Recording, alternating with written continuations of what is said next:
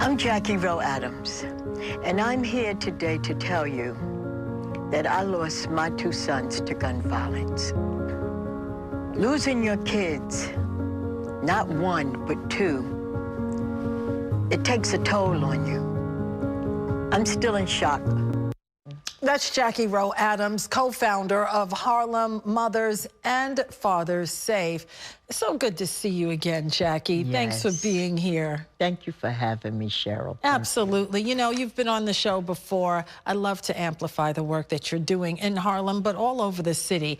And I want to clarify your title because it started in 2006, Harlem Mothers S.A.V.E., after you lost your sons. Yes. Before we get to the meat of this interview, why did you add fathers? Because, Cheryl, as we would have our support group meetings, the word went out to fathers. And, you know, they were saying, oh, the mothers was telling them, oh, we have a support group, you know, and they were saying just women. Well, I was approached in the street in Harlem and saying, you know, I lost, matter of fact, right there on 128th Street, said, my son just got killed. And I heard about your group. And I heard it's only women. But we hurt too. And this is what this man said to me. We hurt too. And we would like to be a part of that support group because we don't understand the pain and hurt that y'all are going through. And y'all don't, the women don't understand the pain and hurt that the men are going through as a father. And then I had another man that he used to come and work for us and clean, and he would hear our meetings, and all that time, his son was killed. Wow. And that's how it started. They start coming to the support group meetings that we hold every first Monday of the month since 2006. Since 2006. And, you know, I want to talk to you about the state of affairs in the city of New York. The NYPD releases statistics, as you know, every month, and they say shootings are down every single month. But for some, it sure doesn't feel like it, Jackie, because the gunshots are still going off in your neighborhood. The gunshots are still going off in the Bronx and Brooklyn. Set the scene for us. What are you seeing since you have boots on the ground?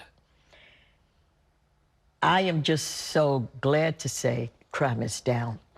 But I also see still a lot of shootings. Right. People feel a little better than what they were feeling. People was feeling unsafe. People was feeling like, I'm scared to go out. Daytime is shooting. You know, remember, it used to be at night, all the shootings. Right. But now daytime is shooting. But it makes a difference, Cheryl, when the community rises up and say, we're going to continue to help stop this violence. We got to make a difference. The police can't do it by themselves. We can't do it by ourselves. The mayor can't do it by himself. So we're asking everyone to help stop this violence. And I see the difference, but I don't feel the difference. Children are still being shot. Children are still being shot. And children are still getting their hands on guns, something you've been fighting against for a long time, that I-95 pipeline. Cheryl, I'm so glad you said that. I-95, every day, a bus or a car, or not, well, the airplanes are more strict, but they try to get them through there. But they're coming from I-95 and they're bringing these illegal guns into our city, into our state, getting in the hands of 11-year-olds that actually went to school and shot someone with an illegal gun. And this is what Harlem Mothers and Fathers is working on now. We're working with ATF and HOPE, and we met with them. The federal government have to step in. Well, last October, you were speaking out after a 16-year-old in Harlem was shot and killed. And, you know, it's still happening. It is. And we interviewed you at that time during that tragedy. What goes through your mind when you see these murders of young people, especially as the mother of 2 murdered sons? It's a pain that really it takes a while to go away. Every shooting, every killing, all I could think about and all we could think about is parents, as mothers and fathers, but especially moms, is we know the pain and hurt that that family is enduring. They're traumatized. We know they're traumatized. They don't want to talk to anyone. And this is why we do the first responders, to prepare families that have had this kind of trauma. It hurts so bad. We can't bring back our loved ones. I can't bring back my 2 boys, but I could certainly help another mother, another family for feeling the pain and hurt. A 16-year-old, senseless killing.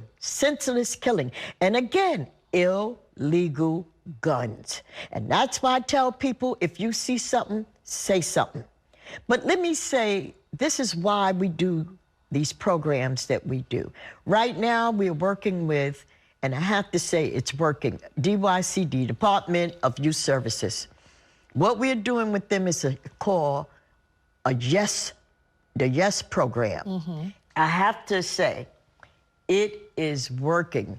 DYCD, the mayor put forth this program, the YES program, going into the schools, doing conflict resolutions with these kids. Are you physically going into the schools as well? Oh, I was there yesterday. I was there at Thurgood Marshall. That is it just started. That's a great program. And this is to help our problematic kids. These are with kids that's problematic, that's in the schools. Why are they so angry? We bring that out of them. Why so angry? What could we do to help stop this violence? What do you make of the job that Police Commissioner Jessica Tisch is doing so far? I like what she's doing.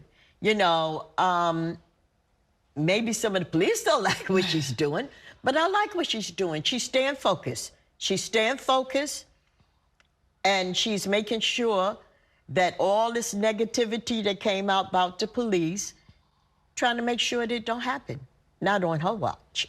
Do you think she's sensitive to the violence in communities like Harlem, like the South Bronx, parts of Brooklyn? I think she's beginning to see and learning, because she's still in learning. Yeah. You don't think she knew before?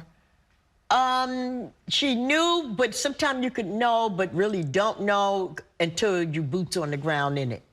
And what's happening is, she's knowing because let's talk about community affairs in NYPD. They're doing a lot of work to stop this violence. And they're doing a lot of work with bringing community and police together. And just like when we talk about violent interrupters, you know, they're now coming around working with the police and community affairs. And Commissioner Tisch, she's getting her feet wet. You know, we just had a commissioner conversation with 5-year-olds, and the commissioner, she was so excited. She said, I never spoke to 5-year-olds, but that's who know what's going on, Cheryl, the kids. Isn't that something? The kids. You know it well. Keep doing what you're doing. That's what's important. Jackie Rowe Adams of Harlem Mothers and Fathers Saved. Thanks for being here. Thank you. Time for another break. In Focus continues right after this.